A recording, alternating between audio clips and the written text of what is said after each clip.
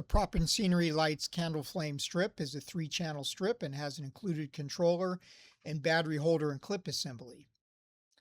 The kit can run from a 9-volt battery, or you can run it on 12 volts with the included 8AA battery holder. Batteries not included. The controller has a cable attached. There's a small arrow on the cable that needs to align to a plus mark on the lighting strip. The lighting strip has a double-sided tape on it, a pressure-sensitive adhesive to adhere it to different surfaces.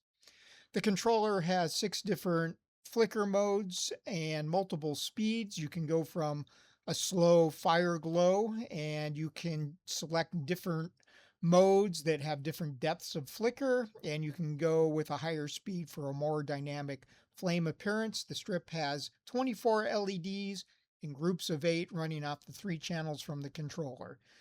As mentioned, it's 9 or 12 volt DC operated.